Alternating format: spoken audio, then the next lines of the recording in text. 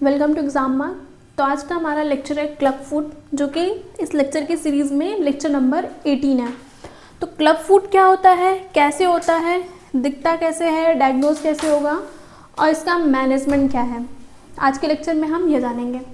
Club food introduction में है कि club foot is a congenital यानी बर्थ के साथ होने वाली फुट में यानी lower leg involving the abnormality of bony architecture and soft tissue. एक ऐसी एबनॉर्मलिटी है जो कि फुट में यानी लो और लोअर लेग में होती है, जो कि इन्वॉल्व करती है किस पे एबनॉर्मलिटीज़, बोनी आर्किटेक्चर में और सॉफ्ट टिश्यूज़ में होती है। द फुट में भी डिवाइडेड इनटू, जो फुट है हमारा उसको डिवाइड किया गया है 4 फुट, मिड फुट और हाइंड फुट में। तो जो 4 फुट के अंदर आता है उस पर आता है टो और मेटाटार्सल्स, यानी 4 फुट के अंदर टो और मेटाटार्सल्स, मिड फुट के अंदर क्यूनिफॉर्म, नेविकुलर और क्यूबॉइड आता है। वहीं हाइंड फुट में हमारे टैलस और कैल्केनियस आता है। अब आप बोलेंगे कि क्लब फुट पढ़ने जा रहे हैं, ये क्यों बता रहे हैं? जगह पता होगी यानी कि एनाटॉमी क्लियर करेंगे तभी पता होगा कि किस जॉइंट में कैसी डिफॉर्मिटी हुई है, तो जो पैर है वो किधर की तरफ बेंड हुआ है। तो आगे बोल रहा है although the tibiotalar joint यानी एंकल का जो ज्वाइंट होता है provide a plantar flexion and dorsiflexion provide करता है। सब टेलर ज्वाइंट जो होता है बिटवीन टैलस और कैल्केनियस के, ये क्या प्रोवाइड करता है? ओरिएंटेड ऑब्लिकली, ऑब्लिक ओरिएंटेशन देता है ये, providing inversion and eversion. Inversion and eversion provide करने वाला ज्वाइंट कौन सा है? ये टैलस और कैल्केनियस के बीच में जो सब टेलर ज्वाइंट होता है। Inversion represent a combination of plantar flexion and varus. Varus क्या होता है? जब मिडलाइन की तरफ घूमेगा इस वेरस, मिडलाइन से आउटवर्ड जाएगा इस valgus, and the eversion involve dorsiflexion called and Wallace.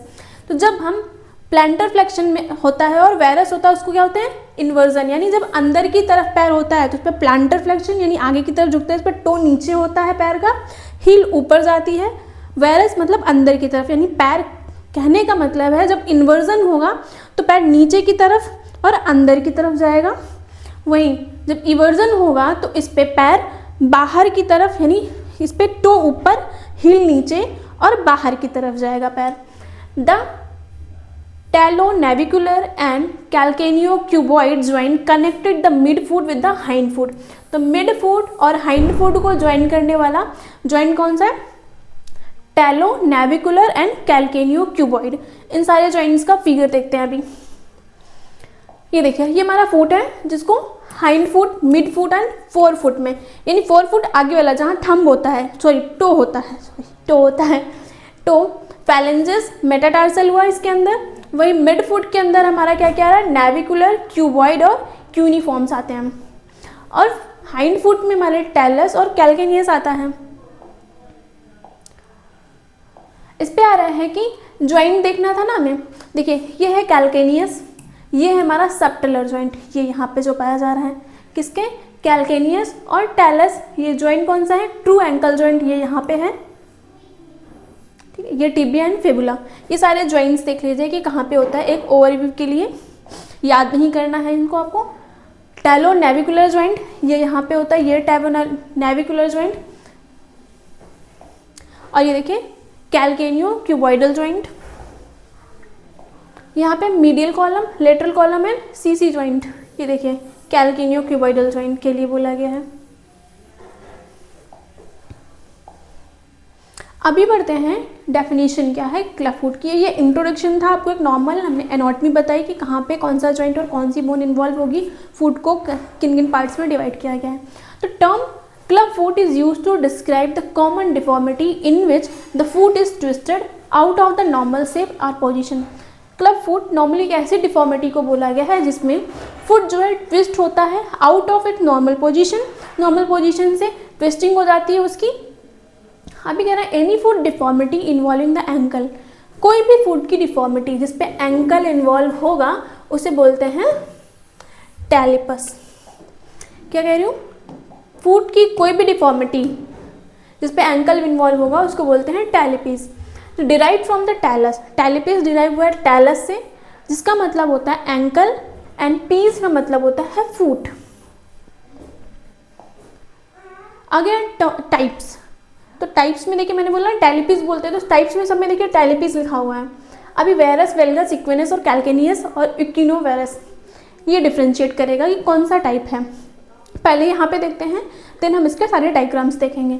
टाइलिपस varus, in this type there is an inversion and bending inward of the foot. पहले बताया था वेरस का मतलब होता है कि फुट बॉडी की ये मिड लाइन है, जब फुट मिड लाइन की तरफ मुड़े, ये मान लीजिए मेरा हाथ में ये पैर है, तो फुट जब अंदर की तरफ मुड़े दैट इज वेरस, और जब फुट आउटवर्ड मुड़े दैट इज वेलगस। और जब फुट जो है ये लोअर टो लोअर एंड में, हील उसकी अपर जा रही है दैट इज इक्विनस, और ये जो टो होता है ऊपर एंड हील इज नीचे तो कैल्केनियस। यही चीज़ है इस पर। देखिए talipes varus is a type, there is an inversion or bending inward, अंदर की तरफ गया। Talipes valgus in this type, ये इस पर देखिए इनर्वेशन बोला हुआ और बेंडिंग इनवर्ड अंदर की तरफ, इवर्जन बेंडिंग आउटवर्ड।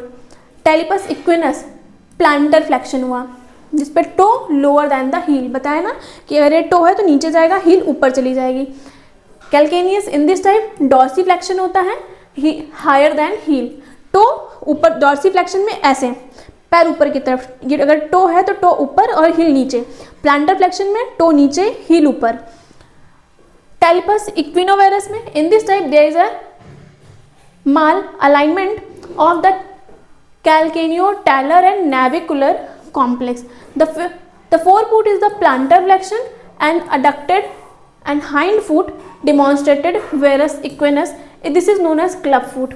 यानी क्या आ गया कि जो टाइलिपस इक्विनोवेरस होता है उसको क्लब फुट बोलते हैं, जिसपे माल अलाइनमेंट होता है किसका, कैल्केनियोटैलर नेविकुलर कॉम्प्लेक्स का, जिसपे जो 4 फुट होता है उसे प्लांटर फ्लेक्शन यानी planter flexion and adduction and hind foot demonstrate करता है किसको, वेरस इक्विनस को। अभी ये देखिए टाइप, टाइलिपस वेरस में क्या होता है, टाइलिपस वेलगस, टाइलिपस इक्विनस और टाइलिपस कैल्केनियस, ये 4। ठीक है, टाइलिपस वेरस में पैर मिड लाइन की तरफ मुड़ गया है, टाइलिपस वेलगस में आउटवर्ड की तरफ मुड़ गया है, टाइलिपस इक्विनस में हील ऊपर है, टो नीचे की तरफ है। टाइलिपस कैल्केनियस देखिए टो ऊपर है, हील नीचे की तरफ है। अभी कहेंगे कि यहाँ पे कैसे पता चला कि मिड लाइन की तरफ गया, तो हमारा जो टो होता है ये मिड लाइन की तरफ ही होता है दोनों पैरों का, तो टो अंदर की तरफ जा रहा है यानी कि ये टाइलिपस वेरस है। और यहाँ पे देखिए टो इधर है, ये चीज़ उठी हुई है आपकी जो लिटिल फिंगर है दैट इज टाइलिपस वेलगस में होता है। The club foot deformity can be positional or congenital, यानी कि पोजीशन की वजह से ये congenital हो सकता है। Positional club foot is normal foot that has been held in the deformed position in the uterus। अगर बेबी यूट्रस के अंदर एक नॉर्मल पोजीशन में नहीं था उसकी वजह से भी हो सकता है। अब कह रहे it's and is found to be flexible on examination.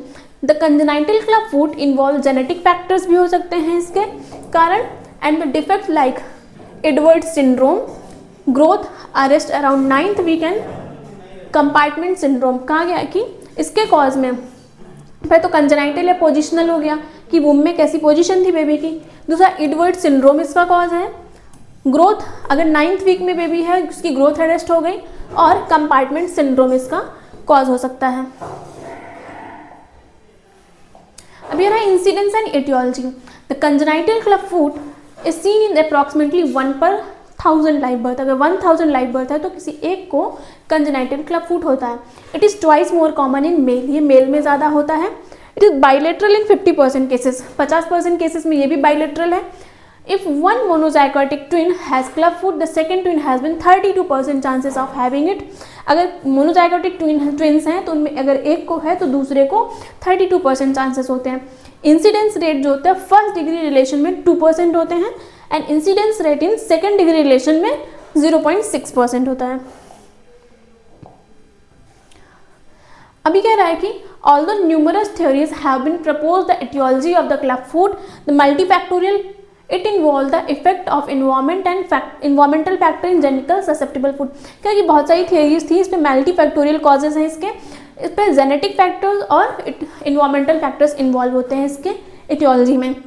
The most infant who have cleft foot have no identifiable genetic syndromal or existing, मतलब कि अभी तक कुछ आइडेंटिफाई क्लियरली नहीं हो पाया है कि जिनको क्लेफ्ट फुट मिला है, मोस्टली इन्फेंट्स में अगर क्लेफ्ट फुट है तो उस पर नो आइडेंटिफाइबल जेनेटिक सिंड्रोमल या एक्सट्रिंसिक कॉज नहीं मिला है। The extrinsic associated include teratogen agents like sodium अमाइनोप्टेरिन,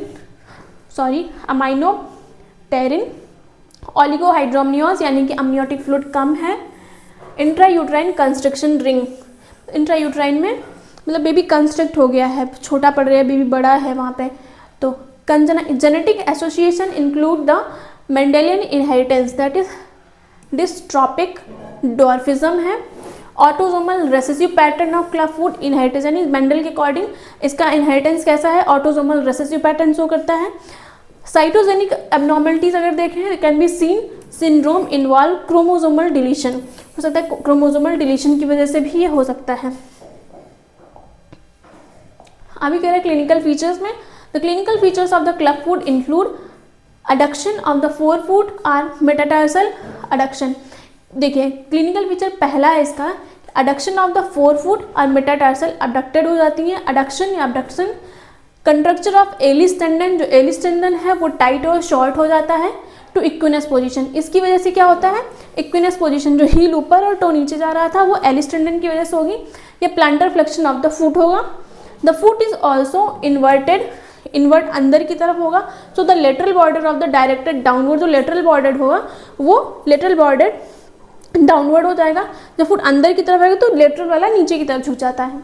the development of lower leg is also affected and the calf muscle appear thin and atrophic. इसमें क्या होता है, जो काफ मसल होती है, काफ मसल वास्टिंग होने लगती है। ये देखिए ये आपकी ये है एलिस टेंडन, जिसका टाइट ये शॉर्ट होने से डॉर्सीफ्लेक्शन हो जा रहा था, और काफ मसल ये है जो कि थिन और वास्ट हो जाती है। अभी बोला डायग्नोस्टिक कैसे करेंगे। डायग्नोस्टिक इवैल्यूएशन में imaging study are generally not required to understand the nature of the severity of the deformity. Radiograph so are useful baseline priority of the following surgical correction. मतलब mostly तो जब आप observe करेंगे तभी पता चल जाता है फिजिकल एग्जामिनेशन के थ्रू कि बेबी को कौन सी डिफॉर्मिटी है। तो मैनेजमेंट में आता है non operative management. The aim of the medical therapies are to correct the deformity early and fully to maintain the correction and until growth stop. कह रहा है कि जो नॉन ऑपरेटिव मैनेजमेंट है इनका मेन एम है इसका ट्रीटमेंट का कि सबसे पहले तो डिफॉर्मिटी को करेक्ट करो और उस करेक्शन को क्या करना है, मेंटेन करना है। और correction as early as possible वाला होना चाहिए, फुली उसको करेक्ट करना है और अच्छे से मेंटेन करके रखना। कब तक, जब तक कि ग्रोथ स्टॉप ना हो जाए। Two category of the cleft foot are identifies which are follows. दो कैटेगरी हैं, करेक्टेबल क्लेफ्ट फुट, दूसरा है रेजिस्टेंट क्लेफ्ट फुट। तो करेक्टेबल फुट में क्या होता है, which is corrected with manipulation, casting and splintage alone. कि करेक्टेबल वाले में अगर हम उस पर कास्ट, मैनिपुलेशन और स्प्लिंटेज का यूज़ करते हैं तो सही हो जाता है। वहीं रेजिस्टेंट जो क्लेफ्ट फुट होता है is that which respond poorly.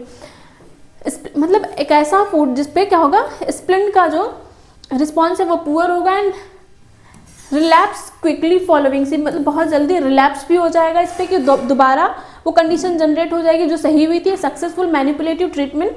These cleft foot require early operative management. These feet are said to be associated with thin calf and small high heal.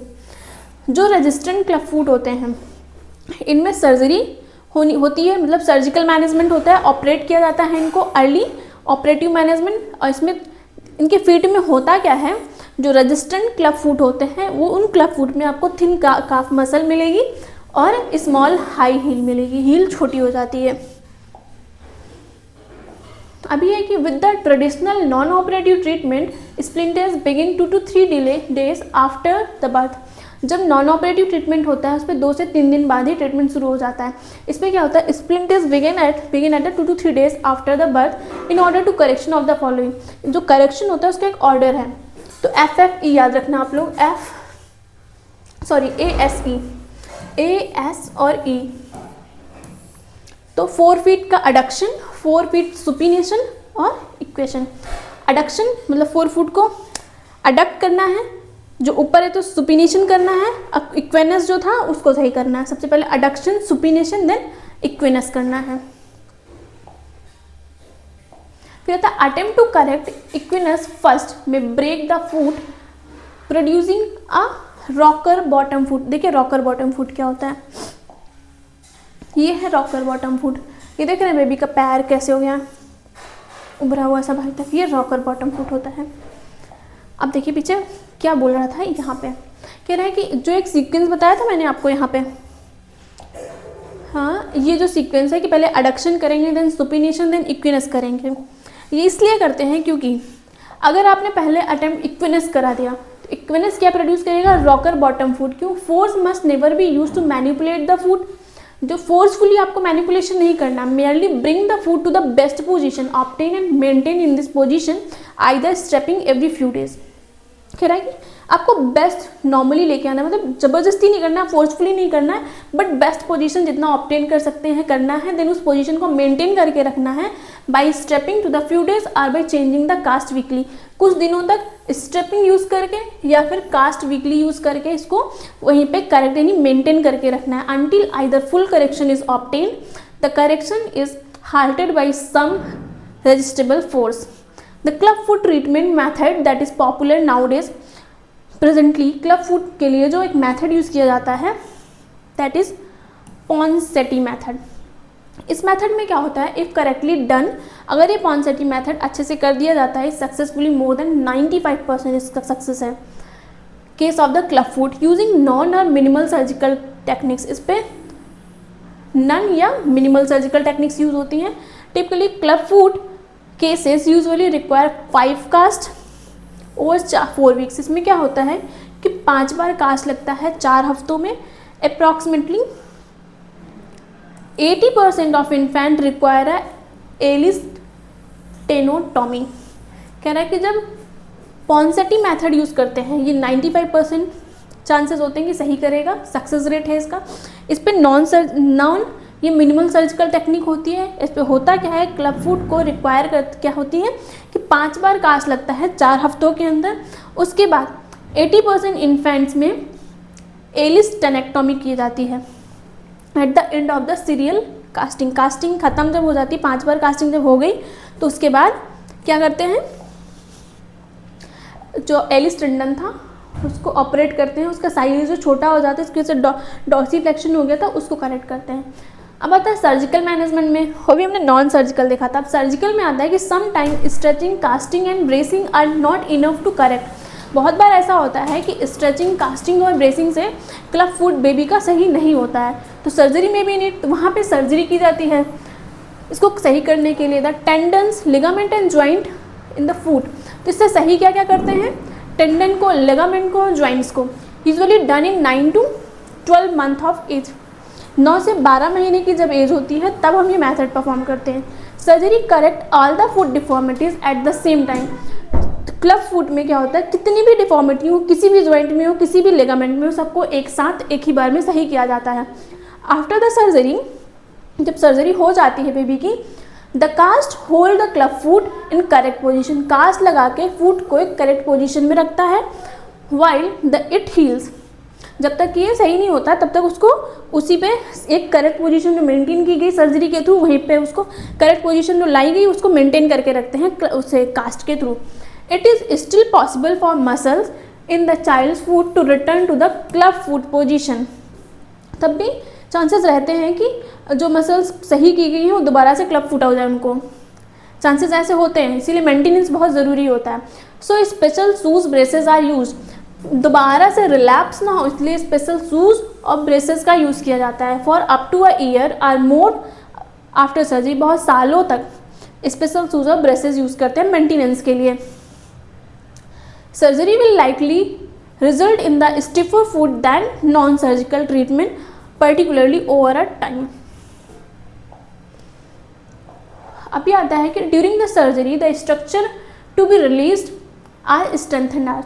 तो सर्जरी के दौरान कौन कौन से स्ट्रक्चर्स को सही किया जाता है, तो पहला आता है हमारा Ellis tendon, tendon sheath of the muscle crossing the subtalar joint. Subtalar joint के ऊपर जो टेंडेंसीट थी उसको सही करते हैं, पोस्टीरियर एंकल कैप्सूल को या डेल्टॉइड लिगामेंट को सही करते हैं, इंफीरियर ट्यूबियोफेबुलर लिगामेंट को सही करते हैं, फीबो लोकल कैनियल लिगामेंट को सही करते हैं, capsule of the talonavicular and subtalar joint को सही करते हैं, division of associated ligaments around the subtalar joint इसको सही करते हैं, plantar fascia and intrinsic muscles को सही किया जाता है सर्जरी के through.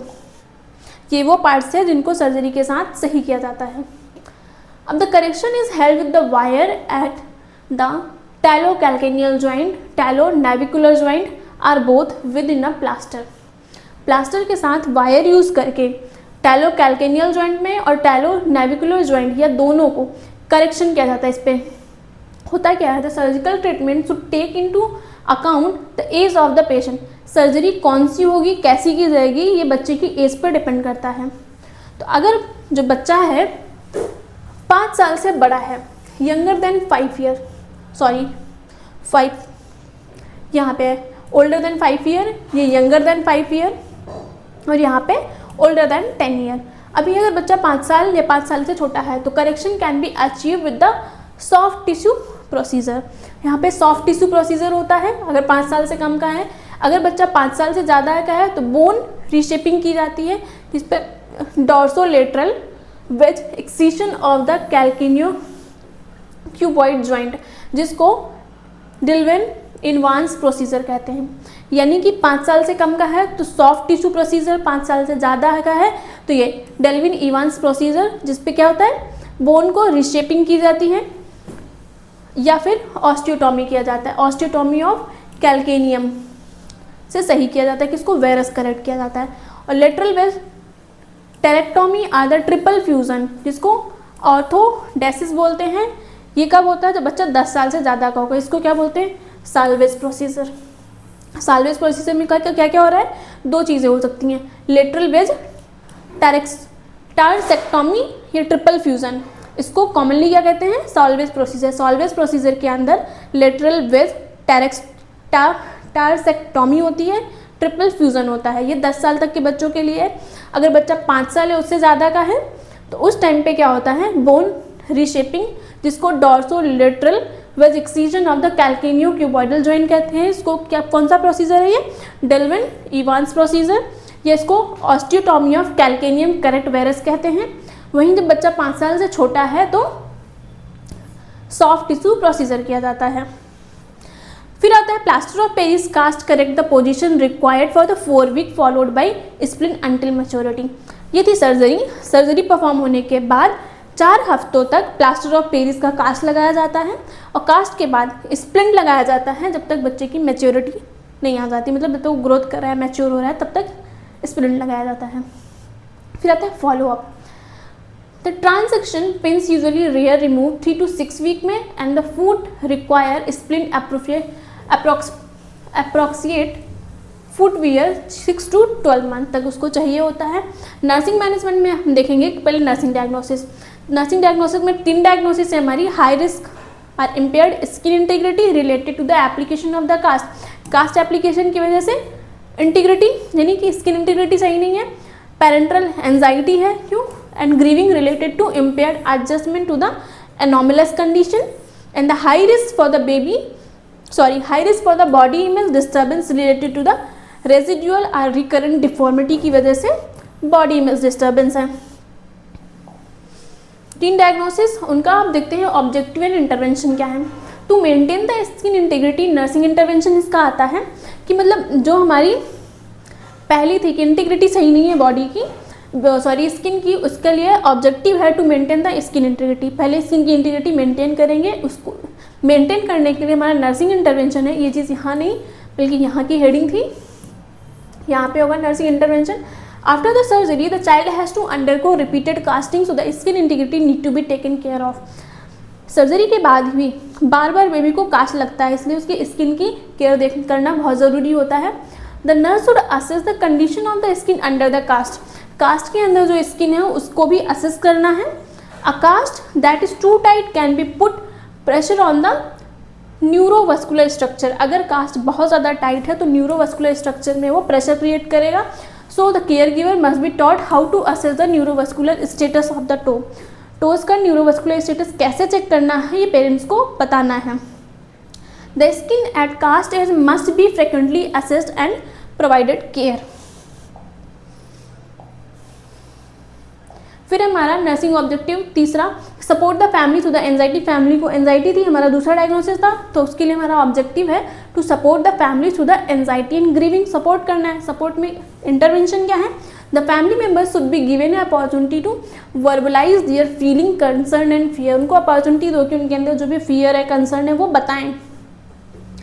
The nurse must encourage the parents to view the child as a whole and not just a club foot deformity. Parents को बोलना है कि सिर्फ डिफॉर्मिटी नहीं देखिए, उसका नॉर्मल ग्रोथ एंड डेवलपमेंट एक ट्रीटमेंट के बाद हो जाएगा, बच्चा सही रहेगा। ये चीज़ उसको पेरेंट्स को समझानी है। The nurse must support the care giver through the treatment. Next आता है ऑब्जेक्टिव हमारा, to promote the healthy body image. Healthy body image को प्रमोट करने के लिए नर्सिंग इंटरवेंशन है हमारा। It is frustrating to have a residual और recurrent deformity. The nurse should provide information to the family about the further treatment option. Parents क्या होते हैं, फ्रस्ट्रेट हो जाते हैं अगर वो डिफॉर्मिटी रेजिडुअल रिफॉर्म हो जाती है, तो उसके लिए फैमिली वालों को, नर्स का ये जिम्मेदारी होती है कि घर वालों को समझाएं कि फर्दर ट्रीटमेंट उसका कैसे होगा। The nurse must encourage the family for constant follow up till child reach the skeletal maturity. जब तक स्केलेटल मैच्योरिटी चाइल्ड की नहीं आ जाती है तब तक कैसे फॉलोअप करना है और क्यों ज़रूरी है, ये नर्स का काम होता है फैमिली वालों को समझाना। The child with the residual deformity should be encourage to participate in the age appropriate physical activities.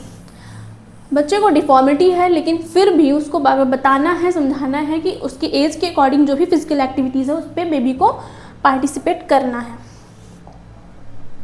That's all, ये था आज का हमारा लेक्चर क्लब फुट। मिलते हैं हम अगले लेक्चर जो कि हमारा इस यूनिट का लास्ट लेक्चर होगा, फ्रैक्चर। That's all.